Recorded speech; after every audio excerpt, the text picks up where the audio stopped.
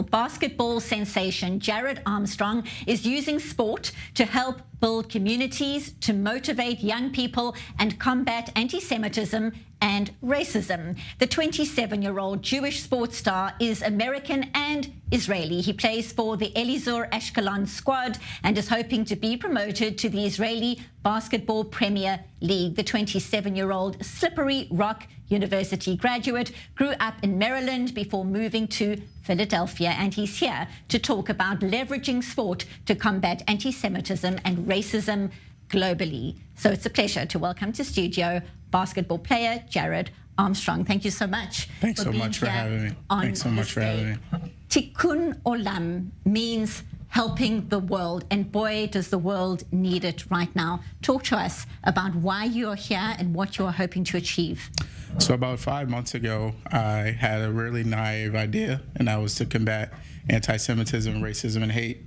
And I thought just with my expertise of playing basketball professionally, that was just a cool way to do so.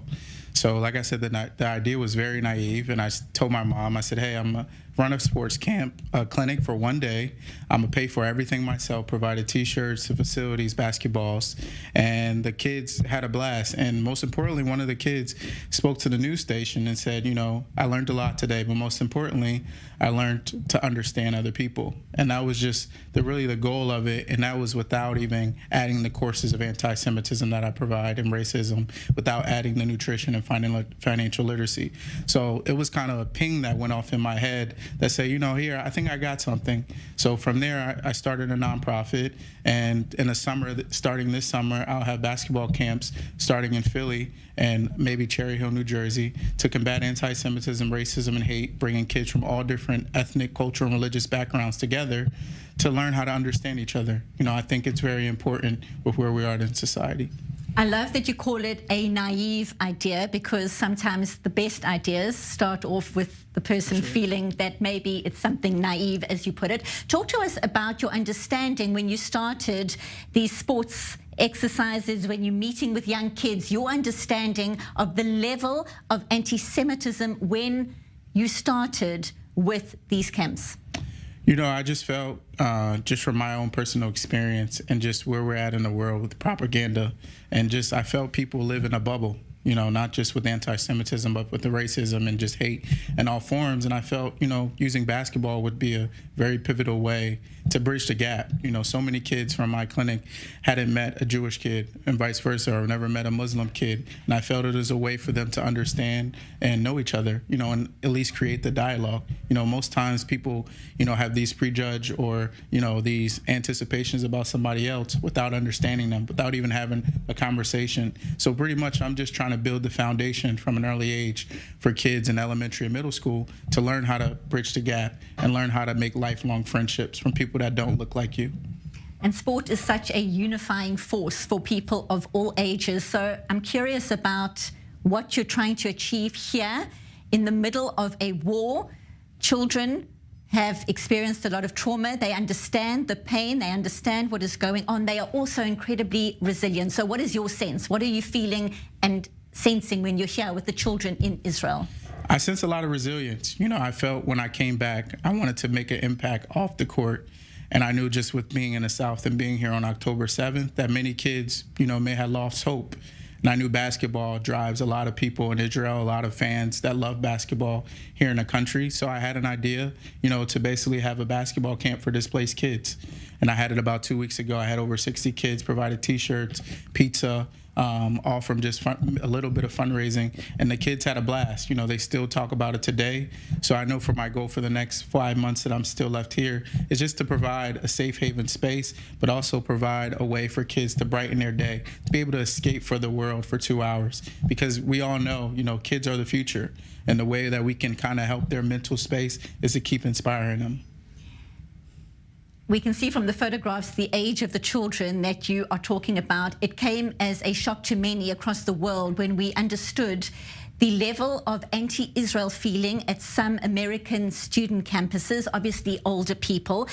Were you surprised, given your understanding being a Jewish Israeli American, knowing Israel well, knowing America well, were you shocked by what you heard and saw, the response to what had happened on the 7th of October through the eyes of students in many places in America?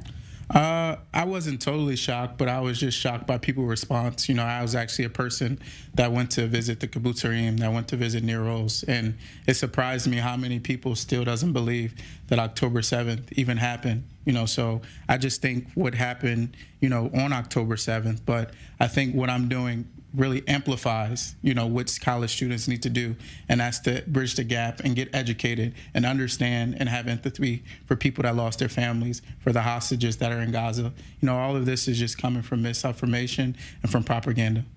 Very briefly, you talk about lessons learned. What are the lessons learned in terms of the work that you are busy with right now?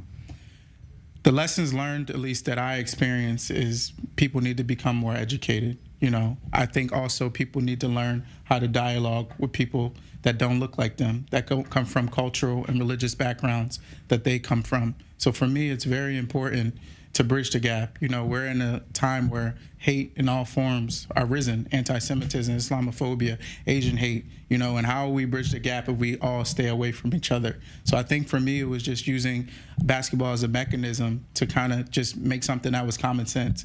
We can't all continue to hate each other, and the only way forward is to create peace.